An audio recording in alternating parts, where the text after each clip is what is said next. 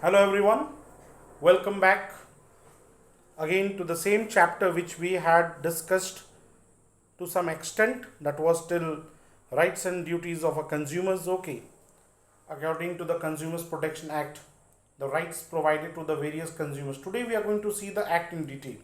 See, the Consumers Protection Act was first passed in the year 1986. 1986 was the year when the Consumers Protection Act was passed. But now again that act is irrelevant. Again a new act has been passed in the year 2019 on August 6. So in the previous Consumers Protection Act, what it said, according to the previous Consumers Protection Act was implemented in the year 1986 to protect the consumers from any kind of exploitation which are practiced by the businessman to make profit, which in turns harms the well-being of the consumers and the society as a whole. Okay, so previously Consumers Protection Act, the definition of the consumers was restricted to only buying and selling of goods or services. But according to the new Consumers Protection Act of 2019, the definition of the consumer according to the new act has widened more than the previous one. Previously, consumer means the person who buys goods and services for consumption. But now, consumer includes description about online and offline transactions also. Nowadays, consumers are doing online offline transactions. Okay, so it includes description about online and offline transactions.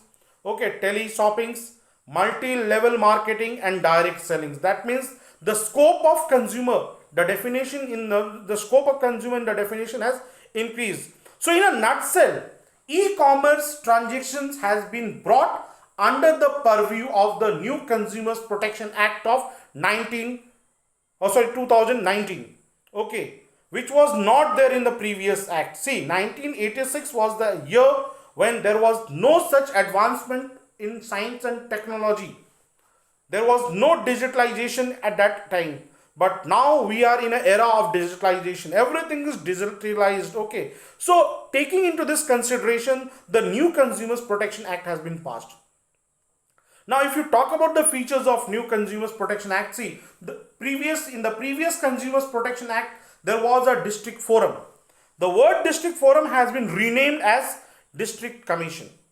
That means every district, earlier they had what? District forum. Okay, now that district forum is going to be called as what? District commission. So each district forums consisted of a person who is or has been qualified as a district judge. So at a district level, the district judge held the responsibility of handling the grievances of the consumers. Okay, so that district forum is now changed into what? District commission. Okay, so first thing is what? The first grievances goes to the district level. If the grievances are not sorted out, or if the consumers are not satisfied with the decisions of the district forum, or you can say district commission now onwards, okay, then they can proceed to the second level. So the first features of the new Consumers Protection Act is what? The word district forum has been renamed as what? District commission. Then second feature of the new Consumers Protection Act is what? The e-commerce transactions. Yes, the new Consumers Act has given the wider definition of consumers. The wider definition of consumers. The previous Consumers Protection Act of 1986, the definition of the consumers was only restricted to goods and services. But now the definition has widened more, because online transactions, tele shopping, offline transaction, multi-level marketing, direct selling, all are coming in the purview of the consumers now. Then is pecuniary jurisdiction. Pecuniary jurisdiction means what? The revised pecuniary limits have been fixed under the new act. How? See, according to the district commission, can now entertain complaints of a consumer where the value of goods or services paid does not exceed rupees 1 crore. So the state commission can entertain dispute where such value exceeds 1 crore. That means up to the claim, up to the disputes of 1 crore, the district commission will see. Beyond 1 crore, the state commission will see. Okay. And where such value exceed 1 crore but does not exceed 10 crore, then the national commission can exercise jurisdiction where such value exceeds the 10 crore. That means exceeding 10 crores, national jurisdiction is there, then is state. So that means previously the jurisdiction was different. Now the jurisdiction is totally different. E-filing of complaint, yes. The new Consumers Protection Act has given the facility of e-filing of the grievances of the consumers. Consumers can do e-filing. Previously, the system of e-filing was not there. Previously, the system of e-filing was not there. Now, e-filing, the new Consumers Protection Act allows e-filing of complaints. It totally allows the e-filing of complaints and the conferencing video through and hearing through video conferencing also. The hearing can be done through video conferencing also. And this is basically aimed to provide procedural ease and reduce the harassment and inconvenience for the consumers. That means no need of going to the court again and again. You can have video conferencing and have your decisions achieved. Then establishment of Central Consumers Protection Authority. Yes, one of the important provision is the proposal of creation of Central Consumer Protection Authority, CCPA, with wider power of enforcement to regulate the matters relating to the violation of the rights of the consumers, unfair trade practices, false or misleading advertisement. See, advertisement is also included with the purview of New Consumers Protection, within the purview of the New Consumers Protection Act. So the CCPA will have an investigation wing headed by this Director General, which may conduct what? Inquiry, which may conduct inquiry or investigation into the consumers' laws violation. That means now Central Consumers Protection Authority is also what? In highlight. Okay. The CCPA may impose a penalty up to 1 lakh on a manufacturer or an endorser of any kind of false or misleading advertisement. They might be sent to imprisonment for a period of 2 years, and in case of subsequent offense, the fine amount exceeds what? May extend to 5 lakhs and the imprisonment will be 5 years. This is especially for advertising world where ठंडा मतलब Coca Cola डर के आगे जीत है. This concept is there. Mountain Dew पियो बाहर से jump मारो, where this concept is there. Okay, that means the false and misleading advertisement. Fair and handsome लगाओगे गोरे हो जाओगे. This was a very false advertisement which was done on televisions. Fair and Lovely, this cream, they have to change the name because New Consumers Protection Act has restricted or imposed many legal restrictions on such advertisement. Means many laws are there, many penalties can be given. Okay, penalties can be given if any offense is created or where the advertisement is misleading. Then product liability and penal consequences. Yes, the New Consumers Protection Act has introduced the concept of product liabilities. Now, product liabilities and bring within the scope of the product manufacturer, product service provider and product sellers for any claim for compensation. That means the manufacturer of the product, the service provider for the product or the seller of the product, they are liable to pay the compensation. That means the product seller is defined to include a person who is involved in placing the product for commercial purpose. Who is involved in placing the product for the commercial purpose, in the sense who is involved in selling the product to the ultimate consumers. So, product liability concept is also included in a New Consumers Protection Act. Then provision for alternative dispute resolutions. Yes, the new act provides the meditations, or you can say alternative dispute settlement medium is there or mechanism is there. Now its state will have the medication cells. If any state is having an issue, they will have a separate branch, they will have a separate cell where the grievances are going to be heard. Gone are those days where the consumers was asked to be aware. No, now consumers are not going to be asked to be aware, because Now consumers are having immense opportunity to seek for redressal. They have too many options in their hand to seek for redressal. Period of limitations of filing. Yes, the period of limiting of filing of a complaint remains 2 years. Previously also it was 2 years. Now is also 2 years. Okay. Within these 2 years, you have to file the complaint in the Consumers Protection Court.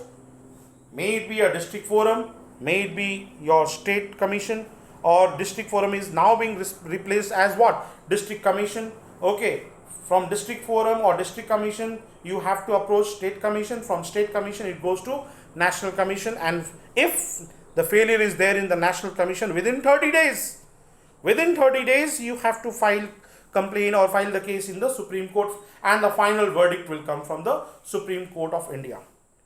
Okay. So, according to the new Consumers Protection Act, who is a consumer? I have told you, consumer is a person who is involved in buying the goods and services for consumption apart from direct purchase and sales, online purchase and sales. There also he is going to be treated as consumers. Digital marketing is there, multi-level marketing. All part is now there for a consumer. They all are consumer who are availing the product from different services. Okay. Now, who can file a complaint? This is a big question. Who can file a complaint? Yes, the Consumers Protection Act has specified that certain these people, they can file a complaint. Yes, a consumer. Whoever is a consumer can file a complaint. Whoever is a consumer. If I am consuming something and if I am being exploited by any of the sellers, I have the right to file a complaint. Any voluntary consumers association registered under the Companies Act, they can also file the complaints. Any voluntary consumers association under the Companies Act, they can also file the complaint. The central government itself can file a complaint regarding any of the manufacturer who are doing any kind of malpractices or exploiting the consumers. The state government can file a complaint.